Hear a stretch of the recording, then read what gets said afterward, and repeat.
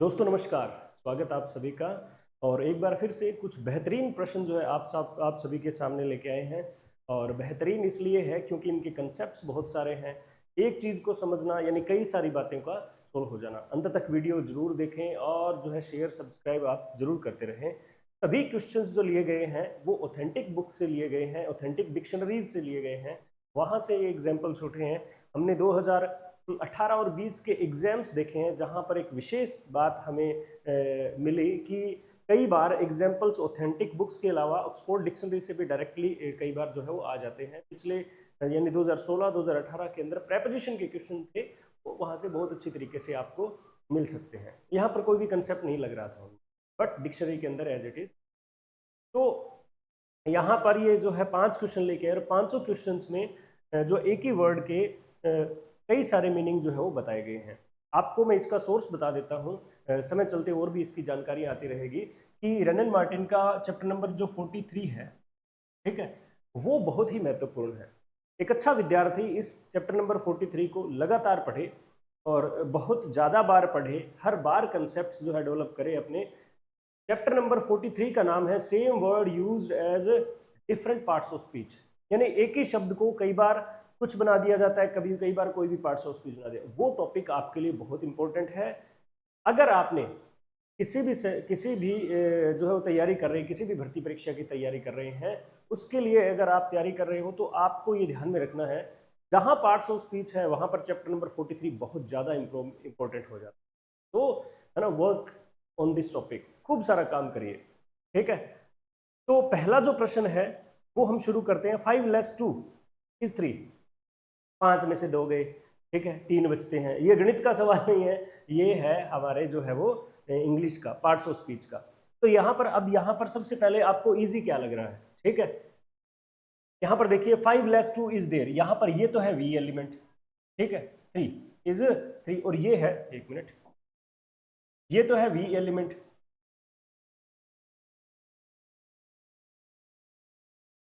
हाँ जी, ये तो है हमारा वी एलिमेंट, और ये इसका आ गया कॉम्प्लीमेंट के रूप में आ गया। तो यहाँ पर ये पूरा का पूरा सब्जेक्ट है। तो हमें इसी आधार पर पहचानना है। मैंने आपको बताया था कि वाक्य पहचानिए, सबसे पहले सेंटेंस पहचानिए, फिर क्लोज पहचानिए, ठीक है, फिर उसके बाद में फ्रेज पहचानिए। ठीक है, सेंटेंस पहचानिए, क्लोज पहचानिए और फिर फ्रेज। फ्रेज के बाद में, ठीक है, आप वर्ड को पहचान सकते हैं। ये आपको टीचिंग मेथड्स के आधार पर बनाया गया स्ट्रक्चर है, यानी फंक्शनल ग्रामर का ये स्ट्रक्चर जो है वो है। तो यहाँ पर ये सब्जेक्ट है। अब आपको बता दूं कि सब्जेक्ट जो भी होगा वो नाउन फ्रेज होता है, नाउन क्लोज होता है, या नाउन प्रोनाउन होता है। तो ये यहाँ पर एक से ज्यादा वर्ड है, नाउन फ्रेज है। तो यहाँ पर इसका, ठीक है, जो है वो हेडवर्ड क्या रहेगा? हेडवर्ड हो जाएगा इसका 5, और लेस 2 जो है इसको पोस्ट मॉडिफायर के रूप में यहाँ पर प्रयोग किया जा रहा है। लेस 2 कैसे प्रयोग किया जा रहा है? पोस्ट मॉडिफायर के रूप, ठीक है, ये वाला लेस 2 पोस्ट मॉडिफायर की तरह प्रयोग किया जा रहा है। अब पोस्ट मॉडिफायर जो बनता है वो क्या क्या बनता है नाउन फ्रेज में? आप इस तरह की परिस्थितियों में जाने के लिए, डिफिकल्ट क्वेश्चन है। यहाँ पर रेनन मार्टिन के चैप्टर नंबर 43 में क्वेश्चन दिया है ना, है ना, विद लेस के नाम से भी दिया है। लेस वर्ड को भी इन्होंने बताया है, he did not satisfied with less, ठीक है, विद को प्रेपोजिशन करते हुए और लेस को नाउन बताया। लेकिन यहाँ पर परिस्थितियां अलग है। यहाँ पर लेस टू क्या बन सकता है भाई? 2 से कम, ठीक है, लेस टू का मतलब कम, 2 कम। तो यहाँ पर इस लेस को क्या मानोगे?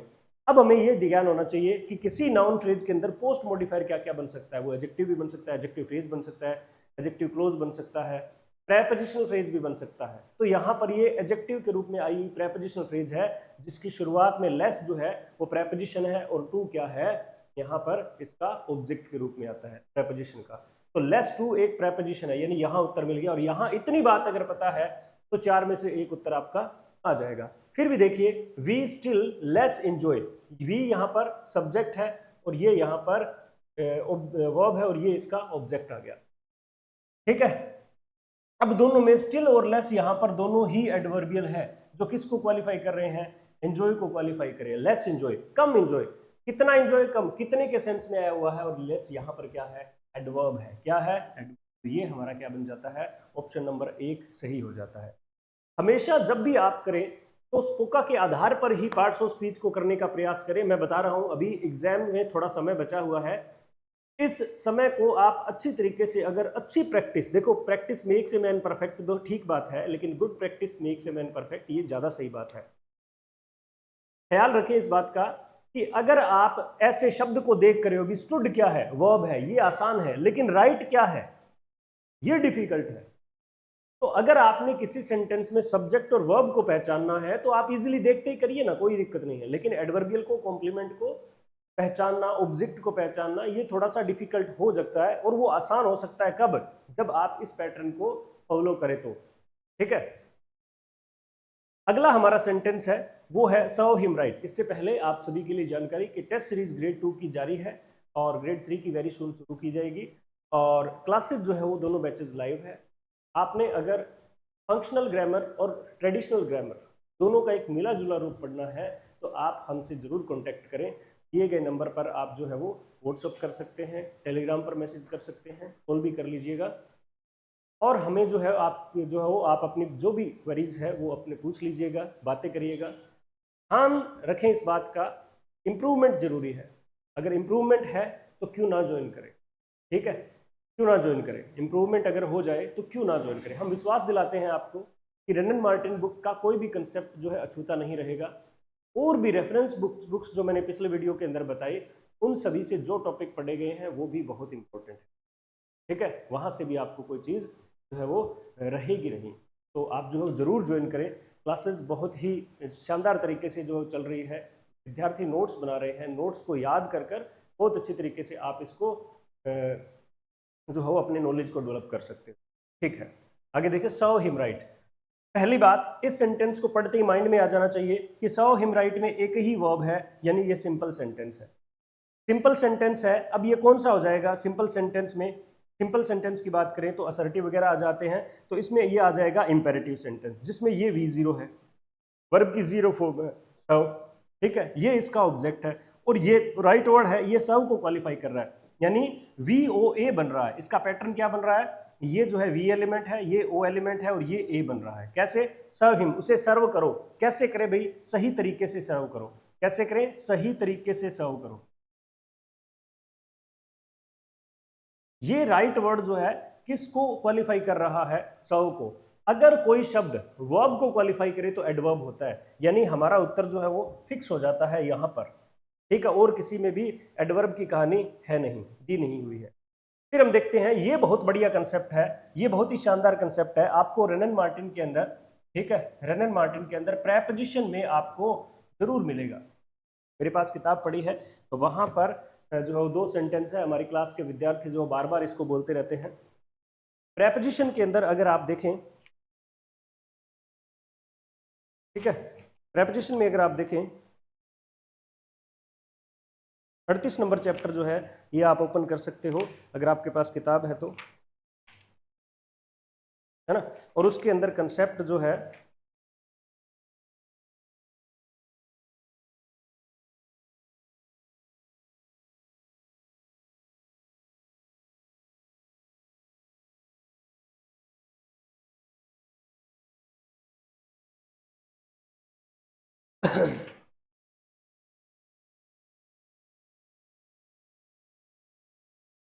क्लोज बिसाइड हिम वाला सेंटेंस है। 34 नंबर चैप्टर में 329 नंबर पॉइंट जो है वो आप देखिए, 329 नंबर पॉइंट, ठीक है, 34 नंबर चैप्टर में वहां पर लिखा हुआ है कि 329 में जो सेंटेंसेस है वहां पर किसी फ्रेज को क्वालिफाई कर रहा है। अब ये नई बात जुड़ गई भैया हमारे सिलेबस के अंदर। ठीक है, एक एडवर्ब जो है वो किसको क्वालिफाई करता है, ठीक है, वो करता है किसी वर्ब को, किसी सेंटेंस को, ठीक है, या फिर किसी एडजेक्टिव को, या किसी अनदर एडवर्ब को, ये लिखी हुई है। लेकिन यहां पर कह रहा है कि फ्रेज को भी कर सकता है। कौन सी फ्रेज को करेगा, ये कौन सी फ्रेज को करेगा, या तो नाउन फ्रेज को या फिर प्रेपोजिशनल फ्रेज को भी क्वालिफाई कर सकता है। यहां तक का ज्ञान हमें जो है रेनन मार्टिन में मिलता है। अब इसको पढ़ने के लिए आप देख सकते हो, पहला सेंटेंस है पहला जो सेंटेंस दिया है, she was sitting close beside him. She was sitting close beside him। ये सेंटेंस है। यहां पर शी जो है वो सब्जेक्ट है और ये वी एलिमेंट है। अब ये पूरा का पूरा क्या है? एडवर्बियल है। वह बैठी है कहां? बिल्कुल उसके पास बैठी है। ये पूरा का पूरा क्या है? एडवर्बियल है। इस एडवर्बियल का कैसा पता चले कि ये इसको क्वालिफाई कर रहा है? तो आप पूछिए ना कि वह कहां बैठी है, उसके पास या बिल्कुल उसके पास? तो बिल्कुल उसके पास उत्तर होगा इसका। प्रैक्टिस जो है वो आपको ऑथेंटिक करनी पड़ेगी। अब इसमें क्या है? बिसाइड तो है प्रेपोजिशन और ये है इसका ऑब्जेक्ट। ठीक है, डिसाइड तो क्या है? प्रेपोजिशन और ये है इसका ऑब्जेक्ट। तो प्रेपोजिशन फ्रेज हुआ कि नहीं हुआ? ठीक है, अब ये प्रेपोजिशनल फ्रेज जो है वो इसको क्वालिफाई कर रहा है। ये जो है वर्ड कौन सा? क्लोज। कहां पर बैठी है? पास में। किसके पास? Close beside him. तो ये प्रेपोजिशनल फ्रेज को क्वालिफाई कौन कर रहा है? बुक के अकॉर्डिंग क्लोज कर रहा है। बिसाइड हिम को क्या क्वालिफाई कर रहा है? क्लोज कर रहा है। ठीक है, अब बताइए जरा, अगर किसी प्रेपोजिशनल फ्रेज को अगर कोई क्वालिफाई करेगा तो क्या कर सकता है? वो एडवर्ब होता है। ये किताब बता रही है आपको। इसी तरह से और भी देख लीजिएगा आप एग्जांपल। मैं यहां से आपको बात करने वाला हूं कि he stood right in my way. He stood यहां पर क्या है? सब्जेक्ट है। ही क्या है? सब्जेक्ट। वी, ये वी एलिमेंट है। वह खड़ा हुआ। ठीक है, वह खड़ा हुआ कहां पर? राइट इन माय वे, बिल्कुल मेरे रास्ते में। तो इन माय वे यहां पर प्रेपोजिशनल फ्रेज है। इन माय वे यहां पर क्या? प्रेपोजिशनल फ्रेज, और इसको क्वालिफाई कौन कर रहा है? राइट। राइट यहां पर फिर से adverb. Option number 2 is the right answer. ठीक है, उसके बाद देखिए अगला प्रश्न जो है, सम 20 बॉयज वर एब्सेंट। बिल्कुल आपको सम 20 बॉयज आपको चैप्टर नंबर 43 में आपको मिल जाएगा। सम 30, सम 20 इस तरह से कुछ लिखा हुआ मिलेगा। तो हटा दीजिएगा, है ना। तो यहां से आप बात समझिए, some 20 boys were absent, I guess I like her some. ठीक है, यहां पर वर जो है हमारा क्या है? वी एलिमेंट है और ये है, पहले इसको कर लेते हैं, ये हमारा क्या है? सब्जेक्ट है और ये एसवीसी। जब आप प्रैक्टिस, सर इतना आप हमें बता रहे हो, ये कैसे पता चलेगा ये एब्सेंट है? भाई करके देखना पड़ेगा, ऐसे नहीं है, बार बार प्रैक्टिस करनी पड़ेगी। कुछ टेक्निक्स होती है कॉम्प्लीमेंट को पहचानने की। मैं तो ये बता रहा हूँ कि पहले ये ढूंढना है आपको। मैं यहाँ पर कॉम्प्लीमेंट पढ़ाऊंगा तो ज्यादा समय लग जाएगा। 5 क्वेश्चन करने, बड़े अच्छे तरीके से करिए आप। सीधी बात। सम 20 बॉयज वर एब्सेंट। बॉयज क्या थे? एब्सेंट। एब्सेंट क्या है? बॉयज। तो ये एडजेक्टिव फ्रेज के रूप में आया, एब्सेंट कॉम्प्लीमेंट है। इसमें बॉयज जो है वो हेडवर्ड है। ठीक है, बॉयज क्या है? हेडवर्ड है।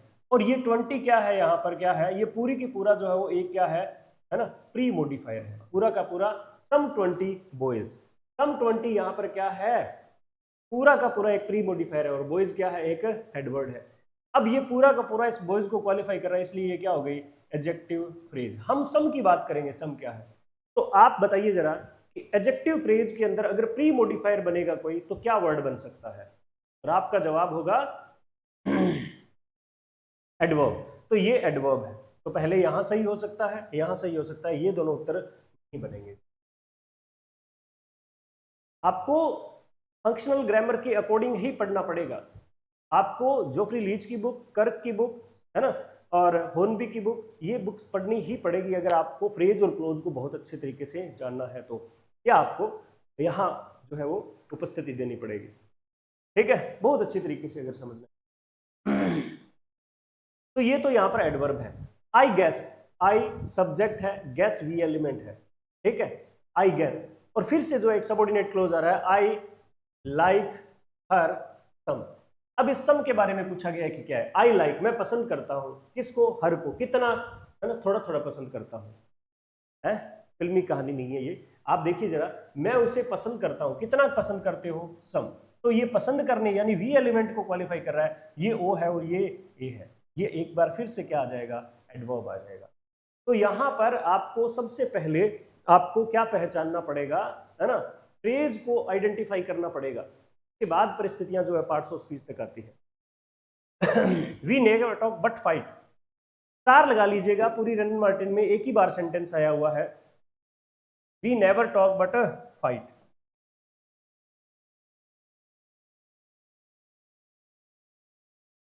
We never talk but fight, star लगा लीजिएगा इसको। बहुत अच्छा प्रश्न है।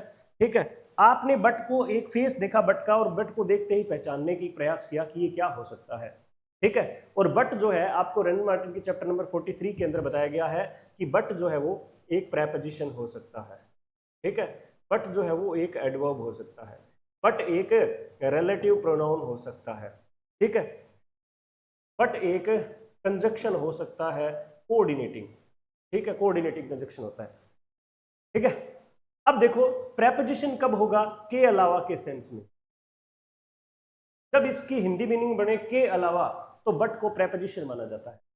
एडवर्ब जो है ओनली के सेंस में, जब इसका ट्रांसफॉर्मेशन ओनली से हो यानी सिर्फ से हो, he is but a child, वो तो एक बच्चा है, ठीक है। तो यहां पर क्या है, ओनली के सेंस में है तो एडवर्ब होता है। रिलेटिव प्रोनाउन जो है वो क्या होगा, नाउन प्लस रिलेटिव प्रोनाउन, ठीक है। बट आप रिलेटिव प्रोनाउन को रेनन मार्टिन में पढ़ोगे तो आपको लिखा हुआ मिलेगा in traditional English grammar, old English grammar, classical English grammar, इस तरह से लिखा मिलेगा कि बट भी रिलेटिव प्रोनाउन हुआ करता था, ठीक है। इस तरह की बातें। और कंजक्शन में यहां पर कोऑर्डिनेटर होगा तो कॉन्ट्रास्ट, कॉन्ट्रास्ट की कहानी बनेगी। कॉन्ट्रास्ट क्या होता है, दो बातों में विरोधाभास, ठीक है। जैसे he run fast but lost the race, ठीक है। He worked hard but failed, मेहनत करी फेल हो गया, मेहनत नहीं करी पास हो गया, कॉन्ट्रास्टेड आइडियाज है।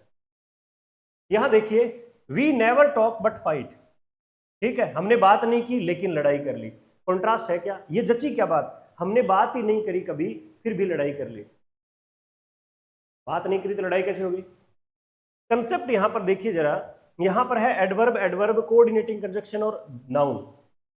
तो लोग जो है ये समझते हैं कि बट जो है वो एक प्रकार का कोऑर्डिनेटर होता है, यानी यहां पर वी एलिमेंट देखा और यहां पर वी एलिमेंट देखा, दो देखते ही आप इसको कनेक्टिव मानोगे और कोऑर्डिनेटिंग कंजक्शन की तरफ चल पड़ोगे और ये उत्तर कर दोगे आप शायद। लेकिन यहां पर स्थितियां अलग है।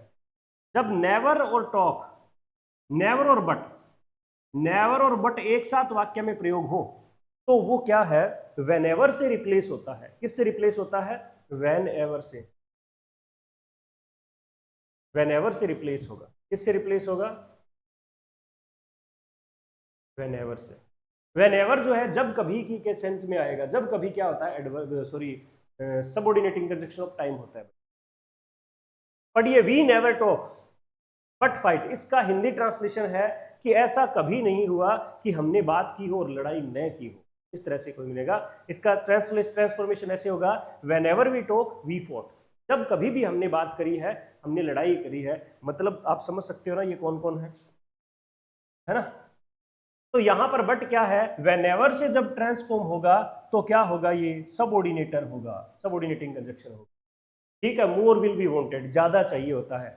ये भी मैं एक बहुत ही अच्छा कंसेप्ट आपको बता रहा हूं, कुछ परिस्थितियां हैं जो सही करनी है। बुक के अंदर आपको मिलेगा, ठीक है, बुक के अंदर आपको कुछ ऐसे मिलेगा, आई हैड इन दिस, ये सेंटेंस मिलेगा। यहां पर ये सब्जेक्ट है, ये वी एलिमेंट है और ये जो क्या है इसका ऑब्जेक्ट है। और इस ऑब्जेक्ट होने के बहुत खास बात है, ये ऐसा ऑब्जेक्ट है जिसका पैसिव नहीं बन सकता, जो है वो यूनिवर्सिटी इंग्लिश ग्रामर की बुक की बात है। ये देखिए यहां पर इनफ ऑफ दिस में ये ऑफ दिस तो क्या है इसका पोस्ट मॉडिफायर प्रेपोजिशनल फ्रेज, और इनफ इसका हेडवर्ड है। क्या है, हेडवर्ड है। बुक बताती है कि ये क्या है, नाउन है। बुक बताती है कि ये क्या है, नाउन है। अब ये देखिए जरा, ये बिल्कुल सही बात है कि ये नाउन है, क्योंकि नाउन फ्रेज का हेडवर्ड है इसलिए नाउन बोल दिया, ठीक है। लेकिन अगर आप और अच्छे से तरीके से जानो तो इनफ जो है वो प्रोनाउन भी बनता है, तो इसको प्रोनाउन भी कर सकते हैं। सही क्या है, नाउन प्रोनाउन। अगर नाउन और प्रोनाउन दोनों आ जाए तो आप प्रोनाउन करो, नाउन अकेला आए तो नाउन करिएगा। वही सेम कहानी यहां लिखी हुई है मैंने। ये दोनों सेंटेंसेस बहुत अच्छे हैं। मोर विल बी वांटेड, तो ये यहां पर पूरा वी एलिमेंट है, ये वाक्य का क्या आ गया, सब्जेक्ट। सब्जेक्ट है तो या तो नाउन या प्रोनाउन हो सकता है। अब मोर नाउन तो है नहीं, ये प्रोनाउन है, क्वांटिटी को बताने वाला, ठीक है। मोर क्या है, प्रोनाउन है, ये बात आ गई। अगर इसके अंदर प्रोनाउन ऑप्शन में नहीं हो तो क्या कर दोगे इसको, नाउन, और यहां पर क्या है, नाउन दिया हुआ है, ये रहा। तो ये ऑप्शन नंबर सी का सही उत्तर हो, ठीक है। दोनों ही परिस्थितियां बहुत ही शानदार है, दोनों ही सेंटेंसेस काफी जो है वो कंसेप्ट्स लिए हुए हैं। आपको इसी तरह से पढ़ना पड़ेगा। आप सोचिए जरा, विचार करिए एक बार कि क्यों हमारे एग्जामिनेशन के दौरान ऑप्शंस, क्वेश्चंस डिलीट होते हैं, ऑप्शंस चेंज होते हैं। क्योंकि हमें किसी भी अध्यापक के बताए हुए बिल्कुल एग्जैक्ट तरीके पर नहीं चलना, ठीक है, किसी भी पढ़ी हुई किताब के बिल्कुल एक बात बता दी उसको सर्वोपरि नहीं मानना, हमें चलना है 4 ऑप्शन के अकॉर्डिंग। आप अपने गुरुजनों से पढ़िए, खूब सारा पढ़िए, खूब मेहनत करिए और सफल होइए। लेकिन मैं बताऊं आपको कि अगर आपको एग्जाम के अंदर बैठे हो और अगर आपको अपना सिलेक्शन चाहिए तो बहुत बार लगभग 10 क्वेश्चंस में ऐसा होगा जो आपके रजिस्टर में बात लिखी है वो सही है और एग्जामिनेशन के दौरान वो थोड़ा सा तो गलत साबित होगी। आपकी किताबों में लिखी हुई बात है उस पर भी कई बार आपको संशय होगा, सर ये करें कि नहीं करें, ये क्या किताब में तो ऐसे लिखा है और यहाँ पर ऐसे आ गया। हमें लास्ट उत्तर एक मिलता है कि हमें ऑप्शंस के अकॉर्डिंग चलना है। ऑप्शन क्या डिमांड कर रहा है, मेरे कहने का मतलब ये है कि मोर वर्ड के ऑप्शन अगर नाउन प्रोनाउन एडजेक्टिव एडवर्ब है तो इसको प्रोनाउन करो आप, लेकिन अगर नाउन एडजेक्टिव एडवर्ब प्रेपोजिशन है तो क्या करोगे, नाउन ही करना पड़ेगा। क्यों, क्योंकि it is the headword of noun phrase, it is the headword of a noun phrase. ठीक है, ये दोनों चीजें अपने नोट्स में ऐड कर लीजिएगा और ये वाला करेक्शन जो है वो आप कर लीजिएगा। एक और बड़ा प्रश्न है, the path of glory lead but to the grave. यहां पर बट का पार्ट्स ऑफ स्पीच जरा बताएंगे एक बार, ठीक है, सोचिए विचार करिए, कमेंट में आप जरूर बताएंगे कि यहां पर बट का पार्ट्स ऑफ स्पीच क्या है। अगर आप जो है वो आपने मेरी पिछले वाली बात को समझी, ठीक है, ये वाली बात को अगर समझे हो आप, ये वाली बात को अगर समझे हो तो उत्तर आ जाएगा आपका। कमेंट में जरूर बताएं कि बट क्या है, ठीक है, और पूरा लिखना, कई बार सीधा ही एडवर्ब एडजेक्टिव प्रोनाउन वगैरह लिख देते हो सीधा ही, ऐसे लिखना, ठीक, बट फंक्शंस एज, ठीक है, ऐसे लिख के फिर आगे पूरा जो है वो आप लिखेंगे। और ये भी बताएं जरा कि आपका टेस्ट के अंदर क्या स्कोर रहा, अगर आपने टेस्ट दिया तो क्या स्कोर रहा, शेड्यूल्ड टेस्ट है या फिर आप जो है वो